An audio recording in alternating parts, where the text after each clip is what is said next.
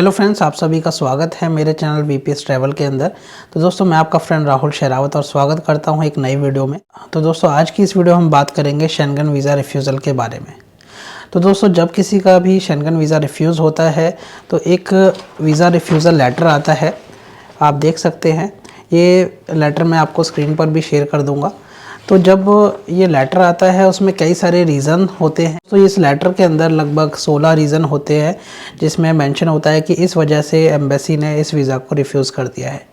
तो दोस्तों, आज हम one by one in reason के बारे में बात करेंगे। तो दोस्तों, जो नंबर 1 है इसमें लिखा हुआ है a false counterfeit forge travel document was presented.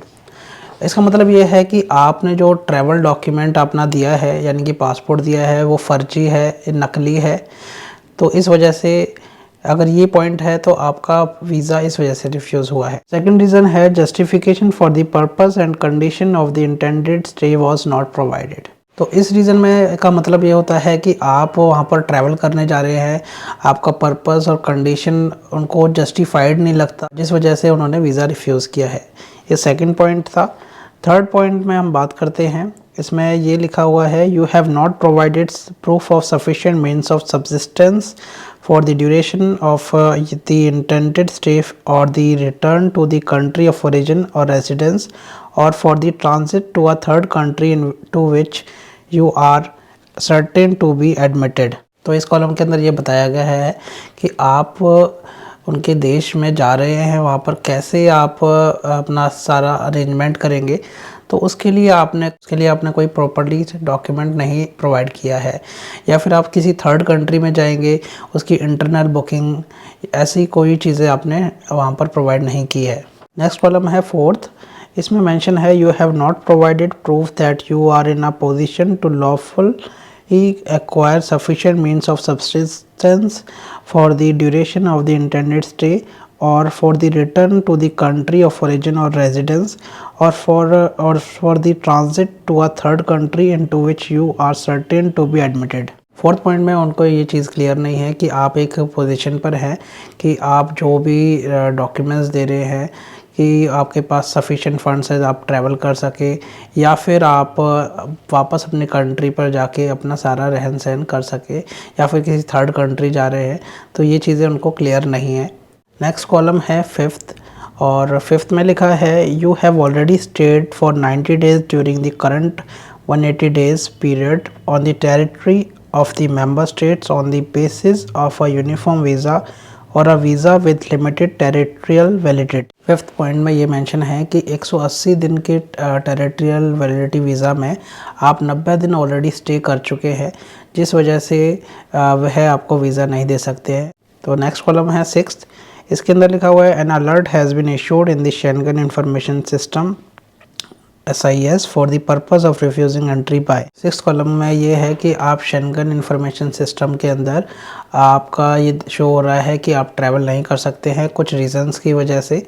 तो वो रीज़न मैं आपको बताता हूँ, वो 7th और 8th बाकी पॉइंट्स में है। तो 7th पॉइंट में है one or more member states consider you to be a threat or to public policy or internal security.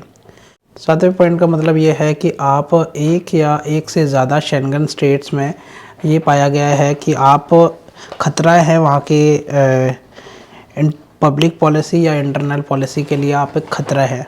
8th point है one or more member states consider you to be a threat public health as defined in point 21 of article 2 of regulation EU number 2016/399 Schengen borders code.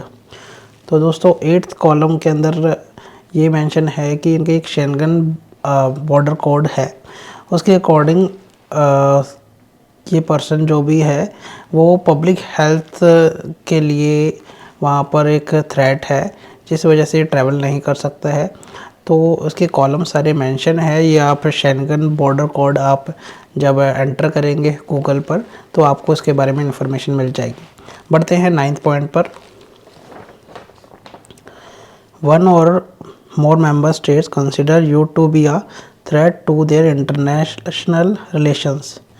तो 9th column का मतलब ये है कि आप खतरा है उनके देश विदेश के रिलेशन में आप खतरा हो सकते हैं, जिस वजह से उन्होंने वीज़ा नहीं दिया है। 10th पॉइंट में बढ़ते हैं। The information submitted regarding the justification for the purpose and conditions of the intended stay was not reliable। 10th column के अंदर ये है कि जो इन्फॉर्मेशन आपने सबमिट कराई है ड्यूरिंग वीज़ा एप्लीकेशन में, तो उससे ये क्लियर नहीं होता कि आप का जो इंटेंशन है आप वहाँ पर स्टे करेंगे वो क्लियर नहीं है उनको। आप हो सकता है कि आगे मूव कर सकते हैं, अदर कंट्री में जा सकते हैं, सेटल हो सकते हैं। तो इस वजह से ये अगर आपका पॉइंट है तो इसका मतलब ये है कि आपको इस वजह से रिजेक्शन दिया हुआ है। 11th पॉइंट में है there are reasonable doubts as to the reliability of the statement made as regards. तो उनको जो आपने डॉक्यूमेंट्स दिए हैं उन पर कुछ डाउट है। इसके नीचे सब पॉइंट्स हैं, वो मैं रीड कर देता हूँ। नंबर 12 में लिखा हुआ there are reasonable doubts as to the reliability as to the authenticity of the supporting documents submitted or as to the veracity of their contents।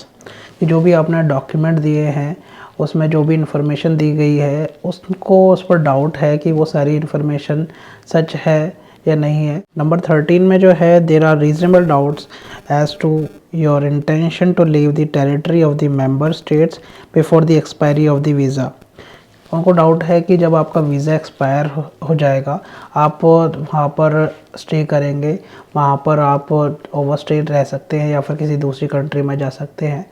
अब हम नेक्स्ट पॉइंट 14 के बारे में बात कर लेते हैं। नेक्स्ट पॉइंट 14 में मेंशन है sufficient proof that you have not been in a position to apply for a visa in advance, justifying application for a visa at the border was not provided. 14 point में वह बोलना चाहते हैं कि आप उस पोजीशन में नहीं है कि आप वीज़ा एडवांस में अप्लाई करें, आपके पास सफिशिएंट फंड्स नहीं है। अब चलते हैं नेक्स्ट पॉइंट 15 में। Justification for the purpose and condition of the intended airport transit was not provided. कि आप जिस एयरपोर्ट पर जा रहे हैं और वहाँ से आप ट्रांजिट करेंगे उसके बारे में आपको इन्फॉर्मेशन नहीं प्रोवाइड की है।